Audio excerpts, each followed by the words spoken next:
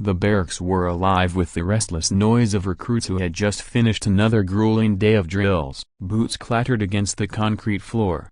Voices rose in laughter and teasing, and the stale air was filled with the smell of sweat, dust, and the metallic tang of gun oil. It was the end of week 3, the time when bravado often took over exhaustion, and the raw nerves of new soldiers clashed against the discipline they hadn't yet learned to master.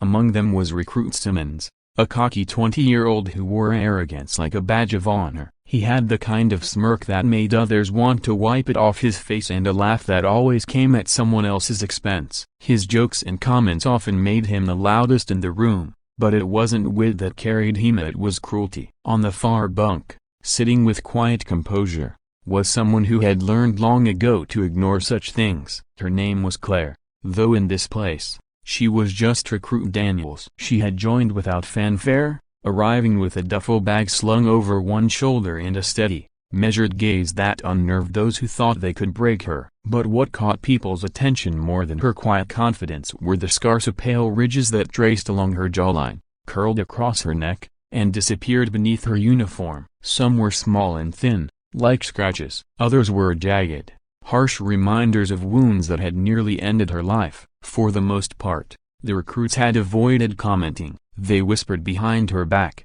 casting glances when they thought she couldn't see, but Simmons never could resist bait when he saw it. That night, as the chatter filled the barracks, he leaned against his bunk frame and raised his voice just enough to command attention. "Hey, Daniels," he said, grinning. "How many horror movies you star in before you joined up? Bet the directors saved a fortune on special effects makeup." A few chuckles rippled through the room, though most of the recruits shifted uncomfortably. Claire didn't respond. She continued polishing her boots with methodical strokes, her expression unreadable. Simmons smirked wider. "What's the story, huh? You trip and fall in a blender? Or did someone finally get sick of looking at you?" This time the silence was heavier. Some recruits stared at their hands, others glanced nervously toward the door, as if a drill sergeant might burst in at any moment. Claire finished one boot, set it down, and picked up the other. Her movements were calm, deliberate, and she didn't so much as look in Simmons's direction. Her silence only fed him. "Or maybe you're just trying to hide it, like those scars make you tougher,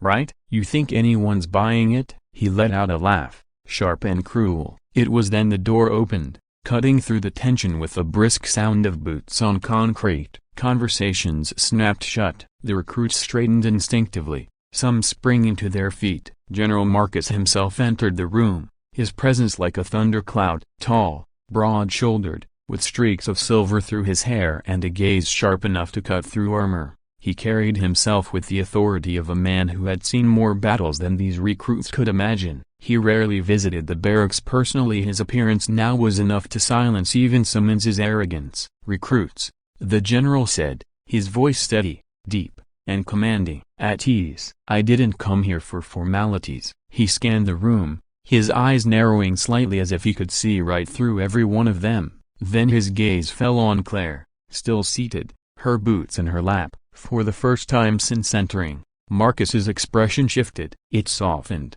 just slightly, as though he were looking at something far more than a recruit. "Didn't expect to see you here," he said quietly, though the room carried the weight of every word. Then, louder, for all to hear, "Good to see you again, Phoenix." The name hung in the air like an explosion. The recruits stiffened, their eyes darting from Marcus to Claire. Simmons's smirk vanished as if slapped from his face. Phoenix. Even among those still new to the military, the call sign was known. Stories circulated about here about a soldier who had survived the kind of mission that no one should have walked away from, who had been left broken, burned, and near death, only to rise again and return to the field stronger than before. They said she had carried 3 wounded men out of a kill zone with her own body half on fire. They said she had refused evacuation until every one of her team was safe. They said she had earned her name because, like the mythical bird, she had risen from the ashes of near death to fight again. Clary Phoenix looked up at Marcus. For the first time since she'd entered training, there was the faintest smile on her lips. She rose to her feet, boots in hand, and nodded respectfully. "General." The silence in the room was suffocating. No one dared breathe too loudly. Simmons, red-faced, looked like he wanted to sink into the floor. Marcus's gaze swept the recruits again. "You don't know her story,"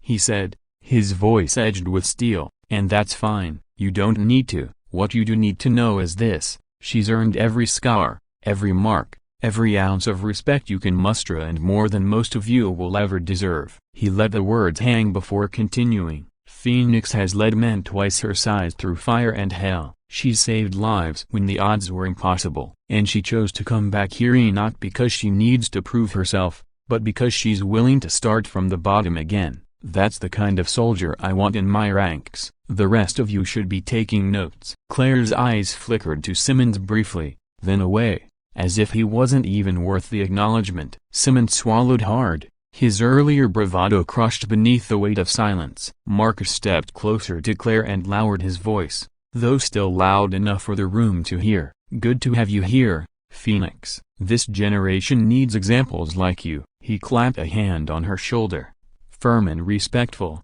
before turning back to the recruits. "I'll leave you to your rest, but remember this moment. Some of you think toughness is about running your mouth, about tearing others down to make yourself feel bigger. You're wrong. Toughness is scars, yes, but more than that. It's sacrifice. It's resilience. It's the fire to keep standing when the world tries to burn you down. You want to be soldiers? Learn from the one standing right in front of you." With that, Marcus turned and left the room, his boots echoing into silence. The recruits didn't move for several seconds. Then, slowly, they returned to their bunks, quieter now, subdued. The air felt different, heavier, charged with respect that hadn't been there before. Simmons sat stiffly, his face pale.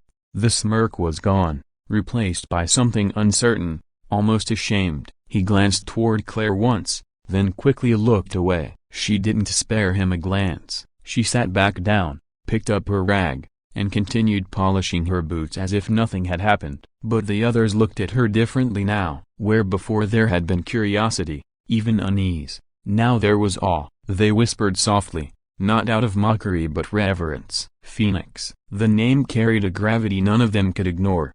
Over the next weeks, the dynamic shifted. No one dared mock her anymore. Instead, they began to seek her out quietly, watching how she moved, how she handled her weapon, how she endured the endless drills without complaint. She never flaunted her past, never reminded them of who she was. She simply worked harder than anyone, steadier than anyone, and slowly, the others began to follow her lead. Even Simmons changed. At first, he avoided her, his shame keeping him silent. But one evening, weeks later, when training had pushed them all to the edge of collapse, he found himself beside her during a long run. Breathless, sweat dripping into his eyes, he muttered, "Yeah, broken bar, I shouldn't have said those things." Claire didn't look at him. "Then don't say them again." It wasn't forgiveness, but it was enough. Simmons nodded, and for once, he stayed quiet. By the end of training, Claire had become more than just a fellow recruit. She had become a standard,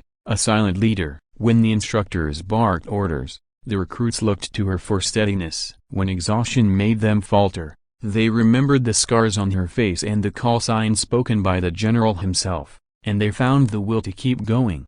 On graduation day, when the recruits stood in formation, Claire blended in among them, her expression calm, her posture sharp. She didn't need recognition. She had already earned it 100 times over.